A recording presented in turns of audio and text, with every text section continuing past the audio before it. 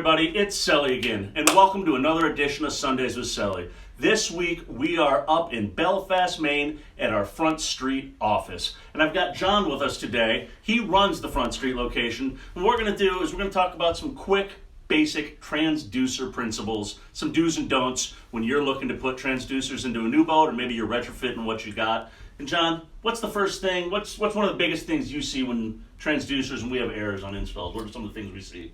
Basically coming down to use, how the owner's going to use the boat and the transducer expectations, and placement, proper placement in the boat. So with stepped hulls, we always want to make sure that it's going to be the front or in front of the first step, the furthest forward step, because of aeration and cavitation and all those kinds of problems. You always want to make sure that you have a clean view of what's in front of that transducer. Yeah, aeration is definitely a big issue. Aeration's a big issue that we see. You can look and kind of see on a boat where the strakes are. You don't want to put it in line with the strake because that's what you're going to start getting aeration off of. And then talk to me, Jon, a little bit about high and low transducers. We hear a lot about chirp high, chirp low, and what they're used for. What do you got for that? So the high and low, you want to think of kind of like a flashlight with a concentration light coming off the flashlight.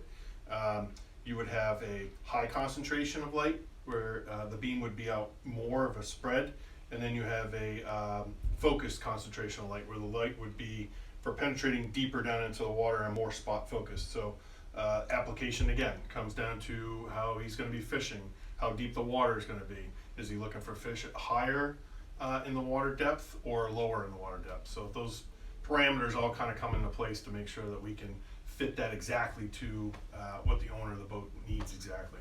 Perfect. It's kind of like a flashlight, spotlight. You think of it as a spotlight versus a floodlight. How wide of a picture do you want to paint in that water column? And that's going to kind of give you the difference there, right? Yep, very, very important.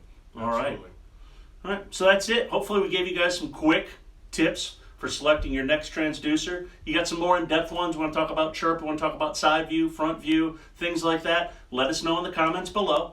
As always, you want to stay up to date in the latest tech trends, give us a follow on YouTube, Instagram, and Facebook at Navtronics. And until next time, I'm going to see what's going on at Belfast. They got some cool stuff here. You're in the area. Stop in, say hi to Jon, get on our list. We'll do some projects with you.